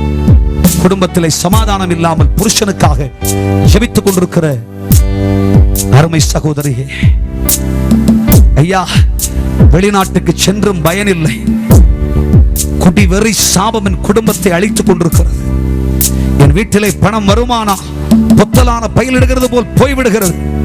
குடும்பத்தில் நிம்மதியே இல்லை எனக்கு பிரதர், எனக்கு அற்புதம் நடக்காதா, என் வீட்டை இயேசு நேசிக்க மாட்டாரா, எனக்கு ஆண்டவர் ஒரு அற்புதம் செய்ய மாட்டாரா என்று நீ கண்ணீர் வடித்துக் கொண்டிருக்கிறாய் மகளே. தேவனுடைய வல்லமை உண்மையில் இறங்கி வருகிறது. உன் கண்ணீரை இயேசு துடைக்கிறார். பிள்ளைகளுக்காய் எழுது கொண்டிருக்கிற பெற்றோர்களே, என் பிள்ளைக்கு ஒரு திருமணம் நடக்க வேண்டும், என் பிள்ளையினுடைய நிந்தை மாற வேண்டும், என் பிள்ளையினுடைய எதிர்கால வாழ்க்கை ஆசீர்வதிக்கப்பட வேண்டும் என்று கண்ணீர் வடிக்கிறாயா? இன்னைக்கு தேவனுடைய வல்லமை இறங்கி வந்திருக்கிறது. உனக்கு அற்புதம் நடக்கும். ஆண்டவர் திறந்த வாசலை உனக்கு முன்னே வைத்திருக்கிறார். அதை யாரும் பூட்ட முடியாது. உனக்கு அற்புதம் நடக்கும்.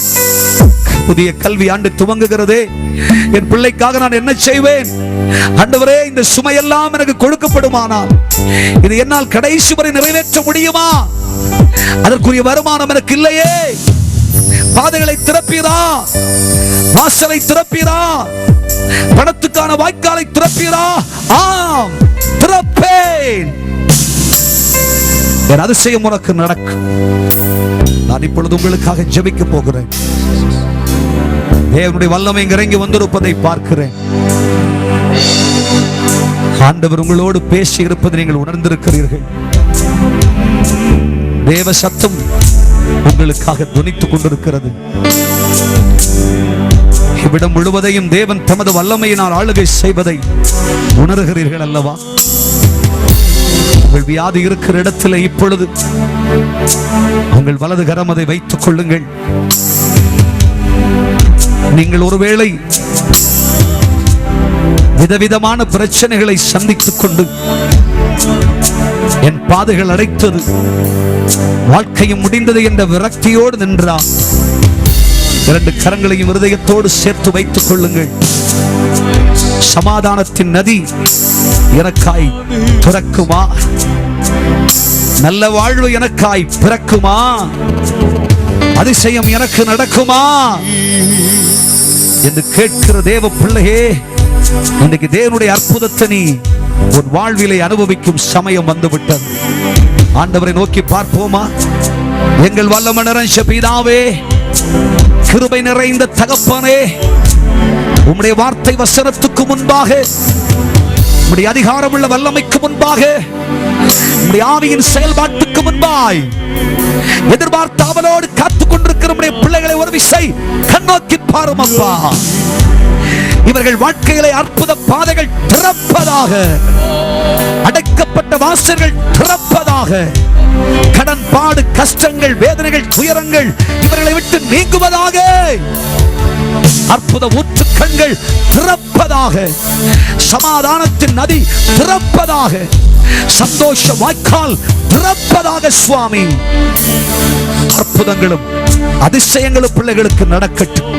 இவர்கள் சரீரத்தில் இருக்கிற பலவீனங்கள், மருத்துவர்களினால் கைவிடப்பட்ட பலவீனங்கள், அறுவை சிகிச்சை செய்ய வேண்டும் என்று டாக்டர்ஸினால் சொல்லப்பட்ட வியாதி பலவீனங்கள், தீரா பலவீனங்கள், வாழும் காலமெல்லாம் மருந்து மாத்திரையோடு தான் வாழ வேண்டும் என்று சொல்லப்பட்டிருக்கிற பொல்லாத பலவீனங்கள் அருமை பிள்ளைகளுடைய சரீரங்களை விட்டு இந்த நொடி பொழுதிலே அப்பா உம்முடைய தளம்புகளா உம்முடைய வசனத்தை அனுப்பி கல்வாரி சிலுவையில் புறப்படும் வல்லமையினாலே உம்முடைய பிள்ளைகளை சுகமாக்கும் அப்பா.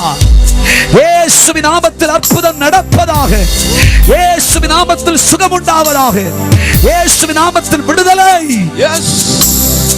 தொட்டதற்காக ஸ்தோத்திரம். உம்முடைய பிள்ளைகளை விடுவித்திருக்கிறமைக்காய் ஸ்தோத்திரம்.